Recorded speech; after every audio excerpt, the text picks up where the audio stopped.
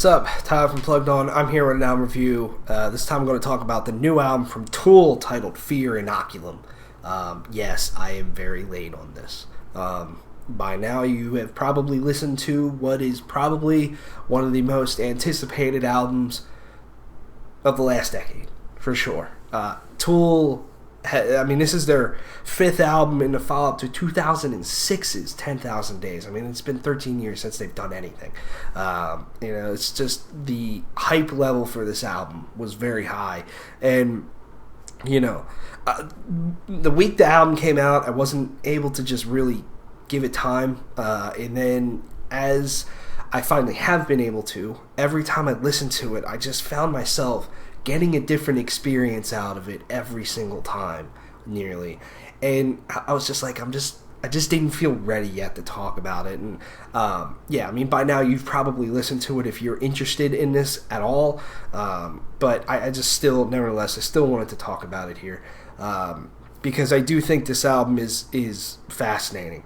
And, yes, it's 13 years and I can see people potentially being disappointed in what they produced here, but I actually really like this album a lot. And like I said, every time I listen to it, I personally like it more and more and more. I think, they've just crafted just some amazing moments on this album. And yes, it's a slow burn. It's a very slow album.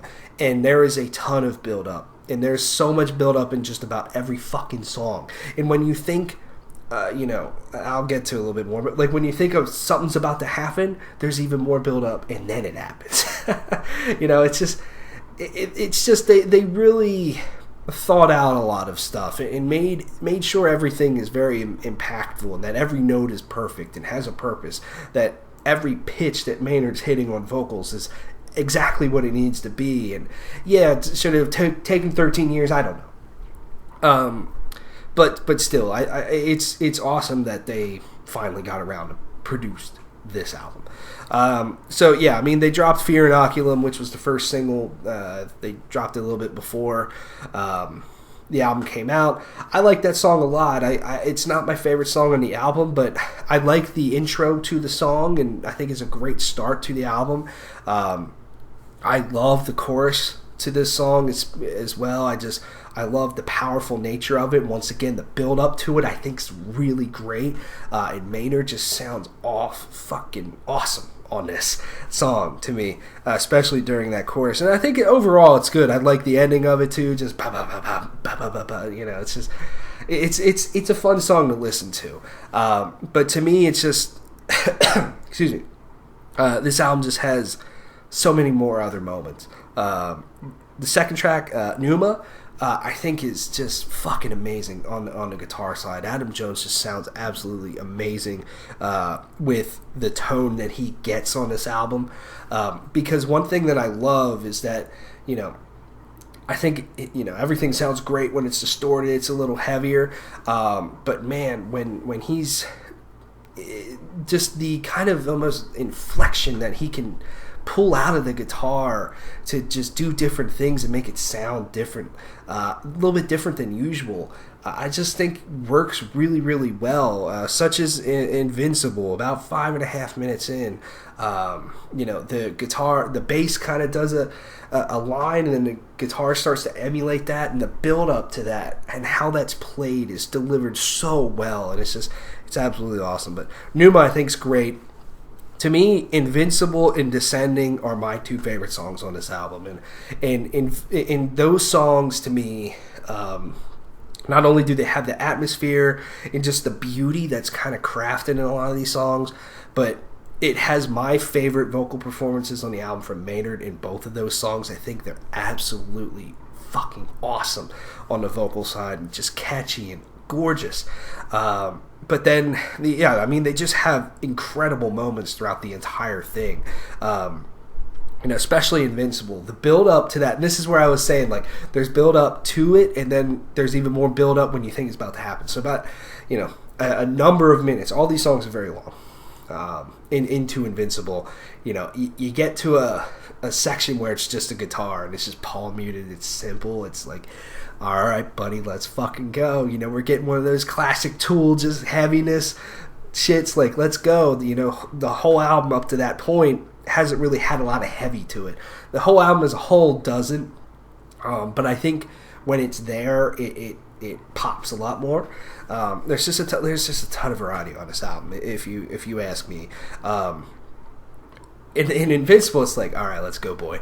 And then it starts like adding some different layers on top of it. Maynard comes in with vocals. It's like, okay, they're still building up.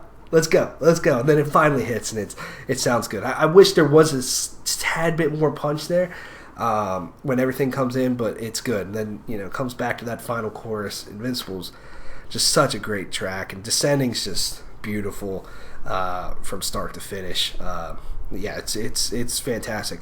I'd say, if we're talking about the actual songs, because there's a lot of like weird interludes, animal noises and all, forest and all sorts of stuff. Chocolate chip trip is pretty interesting as a little thing that's thrown in there. Just sounds different and it's kind of catchy and fun to listen to.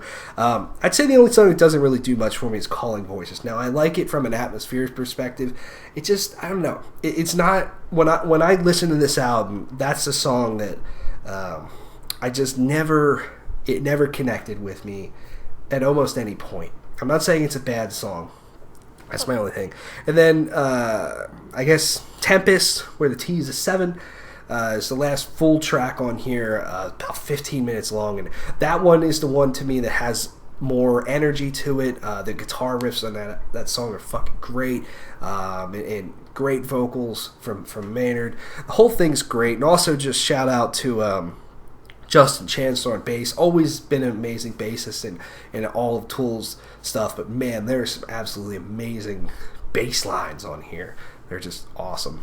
And Danny Carey on drums delivers some really interesting, cool stuff. And what I like about his drum performances is a lot of the guitar sections on here are interesting, but they usually don't have a traditional beat behind them a lot of times. And he does things that make it just overall sound interesting while still giving it that beat. And I like it. It's a creative album to me, and I can see how someone could be disappointed, but to me, like I said, I enjoy it more and more after every listen.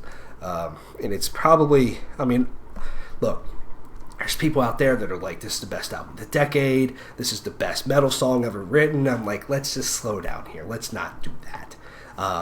If you truly feel that way and you're that strong about it, that's cool. But to me, I think there's a little bit of overreacting there with that. But do I like this album a lot? Yes, I do. It's one of my favorites of the year, for sure. It's my album of the year. I don't know. We'll see. So yeah, 9 out of 10 for me. Thanks for watching. Let me know what you think of Fear Inoculum by Tool. See you guys there.